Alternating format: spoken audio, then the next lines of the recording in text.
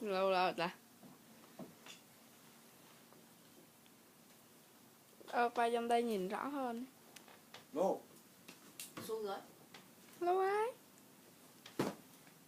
Đây. Con đừng đập nữa, con gọi anh lên giường. Liều.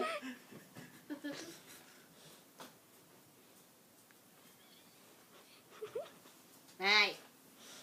Đi xuống.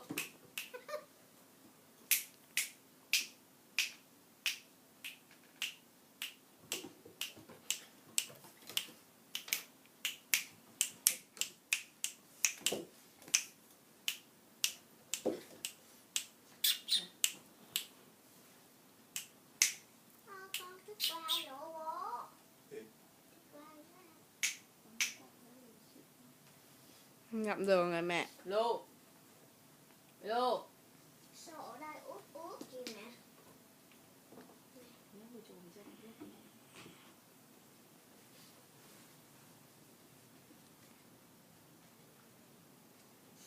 Chui vô, chui vô, chui vô, chui vô.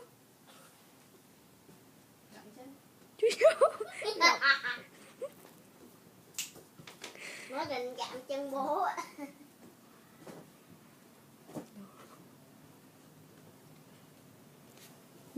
Nó đụng vào hồ sơ kìa.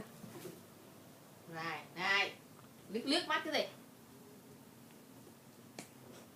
Thả vào mồm.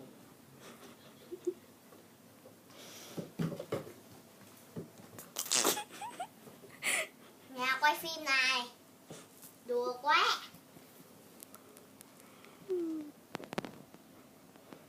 Đụng tới hay. Kiểu mẹ nhìn cháu này giống y chang kính lúc á. Gì đó?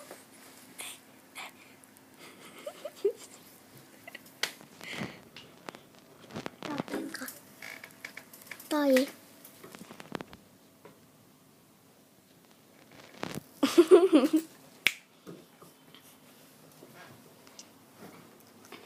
Tránh nào.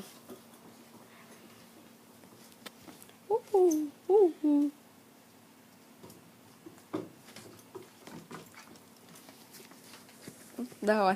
Ôi trời ơi. Nhà quay phim. Lô.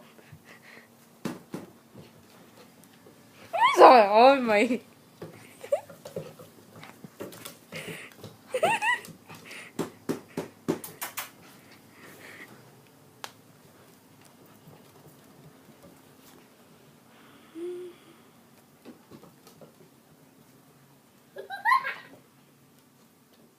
Cắn rát quần luôn.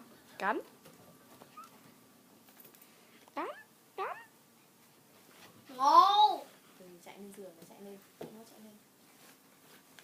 Rồi, rồi, xuống đây này. Đi xuống. Miêu.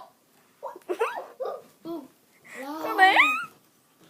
Happy Nó biết đùa nhá. you. Con cứ chạy như thế thì quay chẳng nhìn thấy cái gì, rung bần bật.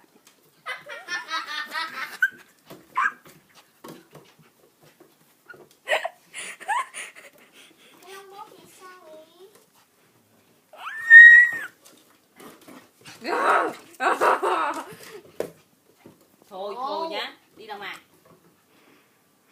Chạy Mà 9:30 rồi con ơi.